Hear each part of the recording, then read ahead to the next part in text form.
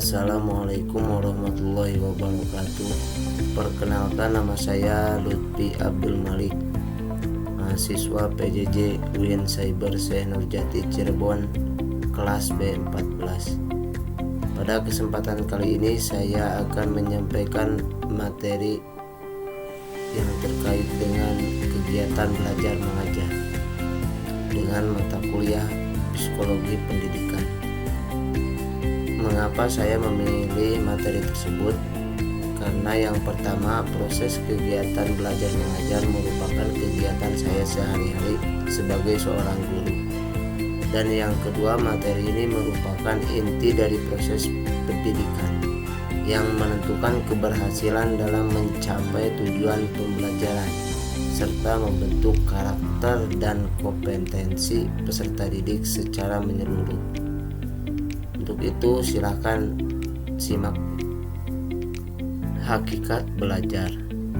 Belajar merupakan salah satu faktor yang mempengaruhi dan berperan penting dalam pembentukan pribadi dan perilaku individu. Kata kunci dari belajar adalah perubahan perilaku. Belajar menurut pandangan Islam. Dalam Islam, belajar bukan sekedar aktivitas duniawi, tetapi merupakan ibadah yang bernilai tinggi di sisi Allah SWT. Bahkan wahyu yang pertama diturunkan kepada Nabi Muhammad SAW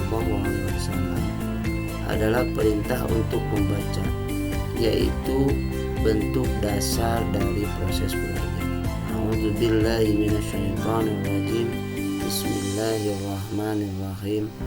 Iqra bismi rabbikal ladzi khalaq, yang artinya 4 teori dalam belajar. Yang pertama, teori behaviorisme. Yang kedua, teori belajar kognitif. Yang ketiga, teori pemrosesan. Dan yang keempat, teori Geslat. Selanjutnya, apa itu pembelajaran? Pembelajaran adalah proses interaksi antara peserta didik dengan pendidik dan sumber belajar dalam suatu lingkungan belajar yang bertujuan untuk mengubah pengetahuan, sikap, dan keterampilan peserta didik secara terarah dan terencana. Ada 2 pendekatan dalam pembelajaran. Yang pertama itu pendekatan ekspositorik, dan yang kedua pendekatan heuristik. Macam-macam gaya dalam pembelajaran. Ada 3 gaya dalam pembelajaran. Yang pertama yaitu gaya visual, merupakan gaya belajar dengan cara melihat. Peserta didik dengan gaya belajar visual biasanya membuat lirikan ke kiri ketika berbicara, serta memiliki ritme berbicara yang cepat. Yang kedua, gaya auditori, merupakan gaya belajar dengan cara mendengar. Dan yang terakhir, gaya kinestik, merupakan gaya belajar dengan cara bergerak, bekerja, dan menyentuh. Selanjutnya, peran guru dalam pembelajaran. Ada beberapa peran yang harus dimiliki oleh seorang guru. Di antaranya adalah sebagai konservator atau pemelihara. Selanjutnya disebut inovator atau pengembang. Selanjutnya transmitor atau penerus, organisator atau penyelenggara, guru sebagai perencana, guru sebagai pelaksana, dan juga guru sebagai penilai.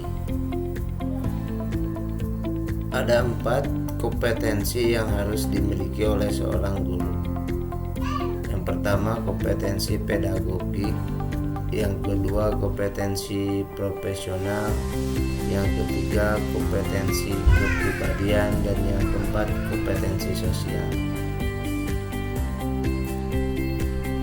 Kesimpulan dari materi ini adalah kegiatan belajar mengajar adalah inti dari proses pendidikan yang melibatkan interaksi antara guru dan siswa untuk mencapai tujuan pembelajaran.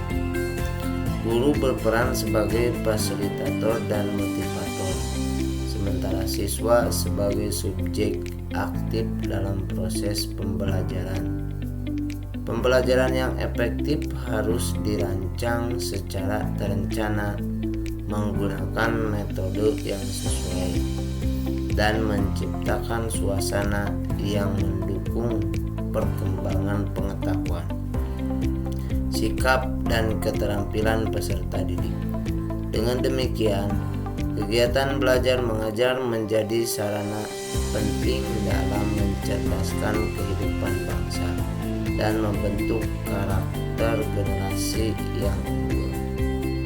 Sekian dari saya, mudah-mudahan bermanfaat. Wassalamualaikum warahmatullahi wabarakatuh.